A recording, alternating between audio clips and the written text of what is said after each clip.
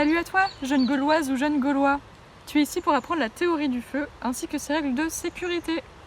Donc, si tu as envie et si tu as une bonne raison de faire un feu, ainsi qu'une cheminée ou un barbecue, je t'invite à faire un feu. Et si tu en as envie et que tes parents sont d'accord, tu pourras le filmer et nous montrer ce que tu as fait. Donc ce dont tu vas avoir besoin pour faire cet atelier, ça va être de la présence d'un de tes parents ainsi que des objets qui se trouvent dans ta maison. Au fait, moi c'est Briquetix, enchantée. Le savais-tu, le feu ça brûle et l'eau ça mouille. Je sais ça paraît simple dit comme ça, mais ce qui est moins simple à savoir, c'est ce dont le feu a besoin pour brûler. Est-ce que tu pourrais me dire à voix haute ce dont on a besoin pour que le feu brûle? Donc il y a besoin de 3 éléments et ça va nous aider à parler du triangle du feu. Pour commencer, le feu a besoin de combustible pour brûler. Comme tu l'auras deviné, c'est le bois. Et ce bois, pour bien brûler, il doit être mort et sec. C'est-à-dire qu'il doit être à moins de 35% d'humidité. Un bois parfait pour brûler est à 20% d'humidité. Ensuite, pour brûler, le feu a besoin de comburant, c'est l'air. En effet, sans oxygène, pas de feu possible. Tu remarqueras que comburant est un mélange entre les mots combustible et carburant tout simplement. Et c'est pour ça que quand on a du mal à allumer un feu, on va souffler dessus pour l'attiser.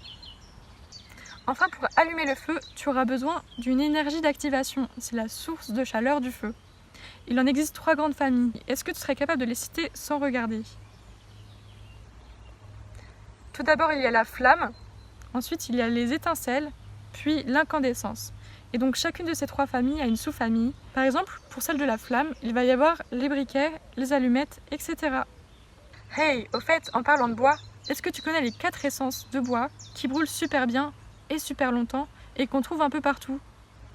On appelle ça les bois du chef pour se souvenir qu'ils commencent par les lettres C, H, E et F. Dans l'ordre, on a donc le chêne, le hêtre, l'érable et le frêne. Le frêne, c'est surtout dans le sud qu'on va en trouver. Et si tu veux, tu peux t'amuser à chercher sur internet ou dans les livres de ta maison à quoi ressemblent leurs feuilles, comme ça tu pourras les reconnaître facilement une fois dans les bois. Maintenant, je te propose de jouer à un jeu. Essaye d'expliquer à une sœur, à un frère ou à un de tes parents le triangle du feu à partir de 3 objets que tu auras choisis. Tu verras souvent, en expliquant à voix haute, on comprend et on retient mieux les choses. C'est un truc de druidesse. Et je te propose aussi un petit examen surprise. Donc pour me montrer que tu as bien compris le triangle du feu, pose par terre tes objets en forme de triangle et fais une belle photo. Et on doit pouvoir comprendre le triangle du feu sans explication, c'est plus drôle. Nous voilà à présent dans la deuxième partie de l'atelier dans laquelle on va parler de la sécurité du feu.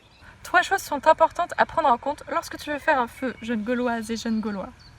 Tout d'abord, le lieu où tu te trouves. Ensuite, il y a la météo et enfin, le matériel dont tu disposes. Écoute bien en détail ma sagesse ancestrale de sapeur druide. On va commencer par parler du lieu. Si tu habites dans le sud de la France ou que tu y fais ton camp, tu remarqueras que le climat est très sec. C'est une punition de la part des druides bretons, parce que en fait, les druides du sud, ils se moquaient d'eux, du coup ils leur ont volé toute la pluie. Donc c'est bien fait pour eux. Mais bon, ça c'est une autre histoire. Donc si tu habites là-bas, renseigne-toi, c'est possible que tu n'aies pas le droit de faire du feu. Par contre, les gaz extérieurs sont souvent autorisés, donc rassure-toi, tu pourras quand même manger ce soir. Si tu es dans un lieu plus sauvage, il va falloir que tu éloignes ce qu'il y a autour du feu, dans un rayon de 2 mètres. C'est super important, hein, donc promets-le-moi et répète après moi, je te le promets Briquetix. Et fais aussi attention à ce qui se trouve au-dessus du feu, donc lève la tête, et si tu es au-dessous des arbres, déplace ton feu, parce que ça peut tuer les feuilles, et elles peuvent mourir soit par intoxication, soit par assèchement. Sinon, si tu es dans un pré ou un beau jardin, il faudra faire un trou. J'ai une technique pour ne pas trop abîmer le beau paysage qui t'entoure. Donc pour cela, il faudra planter un bâton là où tu veux faire ton feu. À ce bâton, tu vas pouvoir attacher une ficelle et cette ficelle fera la longueur du rayon du trou que tu veux creuser. Après l'avoir attaché, tu vas aussi attacher un bâton à l'autre bout de la ficelle et ça va te faire un compas pour pouvoir tracer les contours du trou que tu veux creuser. Donc une fois que tu auras tracé ton contour de trou, tu vas pouvoir creuser. Pour ça, il faudra que tu choisisses une pelle carrée. Surtout pas une pelle ronde. Répète après moi, pas de pelle ronde partout à tisse. Et donc tu vas pouvoir creuser ce trou en faisant une grille comme une grille de sudoku, sans en faire les chiffres, hein, juste la grille.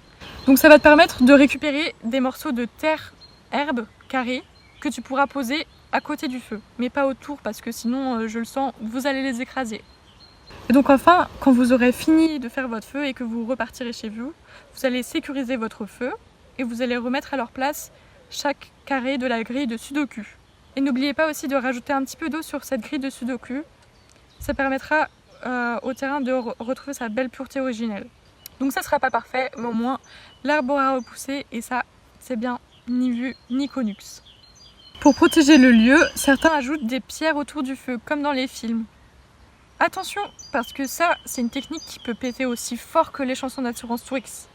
Parce qu'en effet, si tu prends des pierres qui viennent du bord d'une rivière ou qui viennent de la rivière elle-même, elles seront très humides et donc en séchant trop vite, elles risquent d'exploser, ce qui est très dangereux. Donc il faut bien prendre des pierres sèches que vous aurez choisies loin de la rivière et que vous aurez mises à sécher 2 heures avant de les mettre autour du feu. Donc pour les mettre à sécher, vous les mettez loin du feu. Loin du feu. C'est la même technique que pour tes chaussettes qui sentent fort, pardon. Et là, je te propose de faire un deuxième jeu. Donc sans relire, essaye de répéter la méthode gauloise pour creuser un trou, pour faire un feu. Demande à quelqu'un de suivre la feuille pour voir si tu oublies quelque chose. Et donc si tu rates, réessaye. Donc pour faire ton feu, j'espère que tu as une bonne raison, mais aussi du matériel, qu'on appelle aussi en gaulois le matos, parce que matox, c'était trop dur à prononcer. Donc ce matos se compose d'une source de chaleur, tout bonnement, et aussi de bois, qu'on appelle aussi le confinement, non, le combustible. C'est ça. En plus de ce matériel de base, il ne faudra surtout pas oublier d'avoir auprès de toi le matériel pour cuisiner sur le feu et aussi pour éteindre le feu en cas de danger. Et ça rentre dans les règles de sécurité, c'est vital même.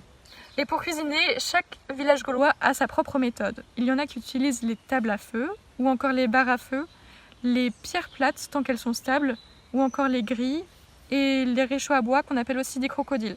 Si jamais tu manques de matos pour cuisiner sur ton feu, je te propose la super technique du feu en croix. Non, c'est pas le produit en croix, vous inquiétez pas. Pour cette technique, il faut creuser 4 pans dans le sol et allumer ton feu au milieu de ces 4 pentes. Si la terre est solide, tu peux poser ta popote directement près du feu. Sinon, tu peux ajouter des pierres plates aux angles. Pour éteindre un feu, il existe 2 méthodes, la noyade et l'asphyxie. Ouais, on dirait un truc de serial killer, hein. Non, mais t'inquiète pas, c'est juste qu'il faut utiliser soit de l'eau, soit du sable. La terre peut aussi bien fonctionner. Donc on ne se servira de ces méthodes que si le feu devient vraiment incontrôlable pour éviter qu'il ne se propage, comme un virus bien connu. Donc bien sûr, si on a choisi le bon lieu et maîtrisé les bons gestes de sécurité, il n'y a pas de raison de zigouiller un feu. Donc on le laissera s'éteindre tout seul sous bonne garde, comme un romain au final, quoi. On n'y pense jamais assez, et c'est une astuce de douée de cuisinière, encore une fois. Prendre des gants qui vont au feu, ça peut s'avérer bien utile. Et tout comme le fait de prendre des ustensiles pour piquer, comme une fourchette à barbecue, pour soulever la viande et le poisson, comme une spatule en métal par exemple, ou des ustensiles pour tenir, comme des pinces, ou encore des sous-de-plats en bois pour poser les plats. Ça vous sera aussi utile. En effet, la bidouille, quand elle n'est pas maîtrisée, ça peut vite mener à la brûlure. Et on le sait tous, la brûlure, ça mène au côté obscur. Pardon, ça c'est encore une autre histoire. Et maintenant, je te propose de faire un 3e jeu. Pour ce jeu, tu vas commencer par relire doucement le matos dont tu as besoin pour faire le feu. Et ensuite, laisse ta feuille de côté, ne relis plus et essaye d'énumérer tout ce dont tu as besoin. Et demande à quelqu'un de faire ce jeu avec toi, comme ça, si tu oublies quelque chose, cette personne pourra te mimer le matériel manquant. Et surtout, pas le droit de parler, on ne triche pas. Big Brozix is watching you.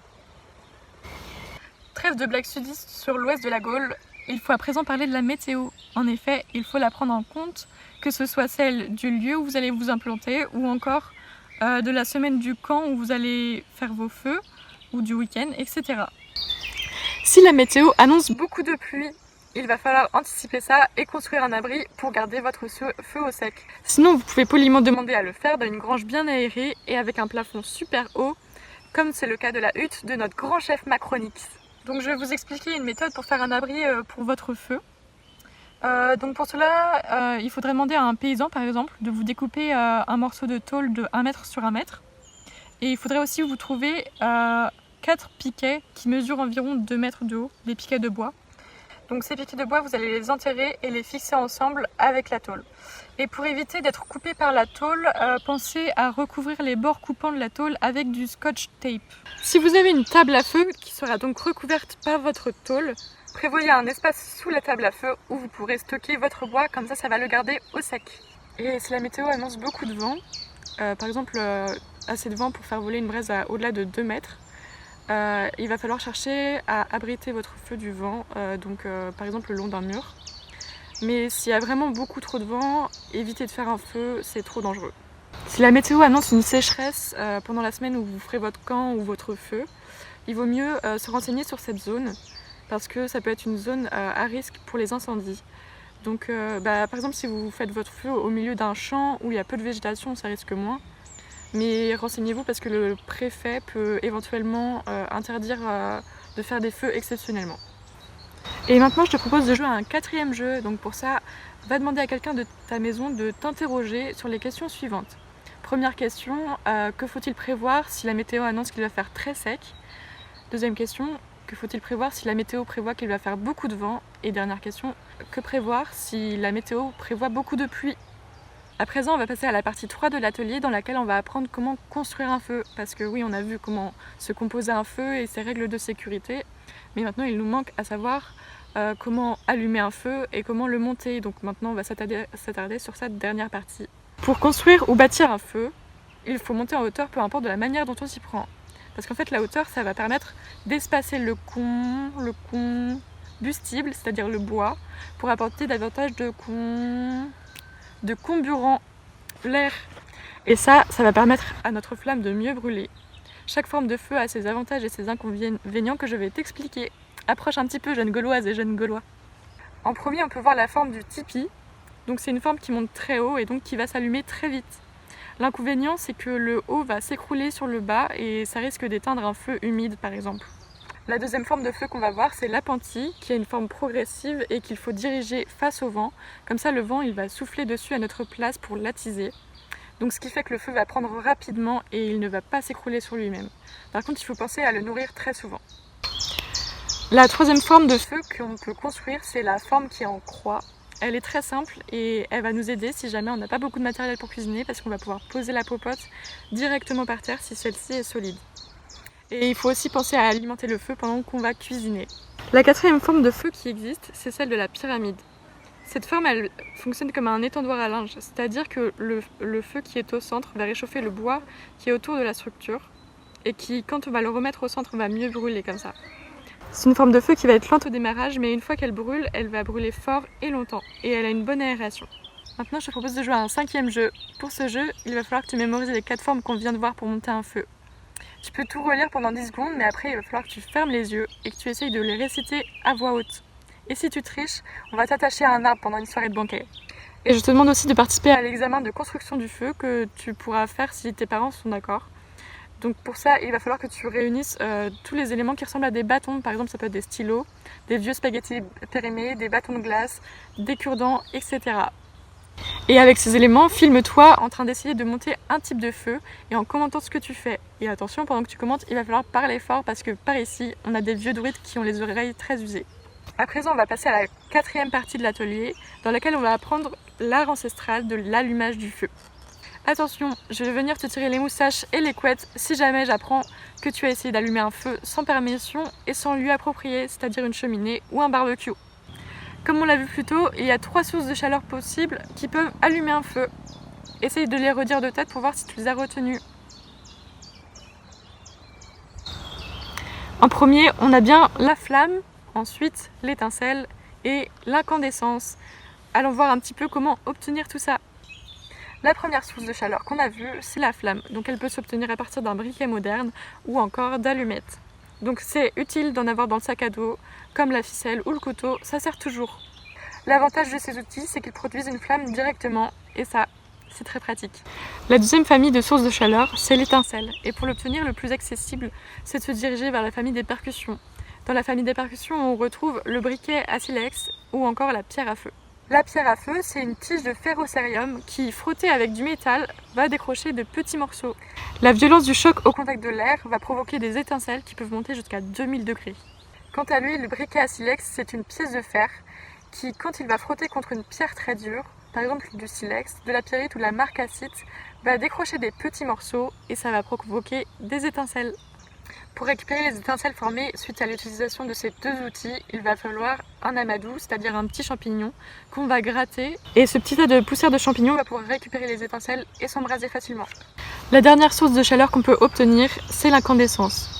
Et celle-là, c'est le top de la difficulté, donc ce serait super si vous pouviez essayer de l'obtenir pendant votre camp cet été. Et pour créer de l'incandescence, il va falloir accumuler assez de chaleur au même point pour que la matière s'embrase d'elle-même. Et avec la braise obtenue par l'incandescence, on peut espérer former une flamme. Pour ça, il faut réunir une grosse boule d'amadou ou alors de l'écorce, des feuilles sèches ou des aiguilles de pin. L'incandescence, on peut l'obtenir à partir de 3 sources. Tout d'abord la foudre, qui est très dure à trouver, le soleil ou encore la friction. Pour le soleil, on peut utiliser une loupe ou encore un briquet solaire qui est spécialement prévu pour. Et concernant la friction, c'est costaud et ça demande des mois d'entraînement avant d'y arriver. Ensuite, je te propose de jouer à un 6e et dernier jeu. Pour commencer, mets-toi derrière une fenêtre quand il fait beau et essaye de sentir la chaleur du soleil. Et est-ce que tu comprends maintenant le principe du solaire? Maintenant, frotte tes mains ensemble comme si tu roulais un bout de bois. Tu vas voir que ça va chauffer et ça, c'est le principe de la friction. Dans cette partie 5 de l'atelier, je vais vous proposer de participer au QuizX. Et pour ça, vous allez essayer de répondre aux questions impossibles du grand devin QuizX. Surtout, répondez sans lire les fiches. N'hésite pas à mettre pause à la fin de chaque question pour pouvoir noter ta réponse. Première question, peux-tu me dire les 3 astuces de base pour cuire un chamallow sur le feu? Deuxième question, combien de litres d'eau faut-il mettre sur un feu pour l'éteindre? Attention, il me faut une réponse bien précise. Troisième question, sur quelle distance recommande-t-on de nettoyer les alentours du foyer, c'est-à-dire du feu? Quatrième question, et c'est une question à choix multiples. Que peut-on mettre sous une popote avant de la mettre au feu? Réponse A, du journal, ça brûlera plus vite et ça détruit les déchets. Ah bah la pub. Réponse B, de la colle pour éviter que la popote ne tombe du feu. Réponse C, du savon blanc. Comme ça après, le savon sera déjà là pour la vaisselle. Et réponse D, du savon noir pour éviter que la suie ne colle trop au métal. Question 5. Quelle est la grosse différence entre le feu par friction et le feu par percussion? Question 6. Vrai ou faux? Si je marche en plein soleil alors que j'ai des lunettes, je peux me brûler. Question 7. Si personne ne me voit, que ce soit les gendarmes, les propriétaires ou les voisins, je peux allumer un feu si je l'éteins rapidement après. Question 8. Le feu en pyramide est-il une forme de feu où le bois est positionné verticalement ou horizontalement? Question 9. Connaissez-vous les arbres du chef? Ce sont ces 4 arbres qui brûlent très bien et l'on trouve un peu partout. Question 10. Que va-t-il se passer si j'utilise du bois vert dans mon feu? Normalement, il va se passer 2 choses. Pour la question 11, redis-moi, c'est quoi déjà un amadou? Question 12. Explique-moi en quelques mots ce qu'est le triangle du feu. Question 13. Vrai ou faux? Il faut souffler sur un feu pour qu'il démarre. Question 14. Explique-moi ce qu'est une veille de feu techniquement et symboliquement. Est-ce que tu en as déjà fait une? Question 15. Quand Jonix chante « Allumez le feu », est-ce que c'est un message secret scout pour dire qu'il a faim? Question 16. Vrai ou faux? Pour réduire nos déchets, on peut brûler tout plein de choses dans le feu. Question 17. Donne-moi 4 bonnes raisons pour allumer un feu. Est-ce que tu savais qu'il en existait plus d'une dizaine? Question 18. Cite-moi les dangers que peut provoquer un feu. C'est pas très grave si tu en oublies quelques-uns. Question 19. Vrai ou faux? Un feu peut rester allumé sous terre, même si on l'a bien enterré. Pour la dernière et 20e question, il paraît qu'une pierre à feu peut faire apparaître une flamme qui chauffe directement à 2000 degrés. Qu'est-ce que tu en dis? Donc ce QuizX marque la fin de notre atelier. On va malheureusement devoir se quitter maintenant. Mais attention, je vois Brolix là-bas. Il est en train d'essayer d'allumer un feu. Vous devriez le rejoindre, je suis sûre qu'il a plein de conseils à vous donner. À bientôt, mes très chers Gauloises et Gaulois!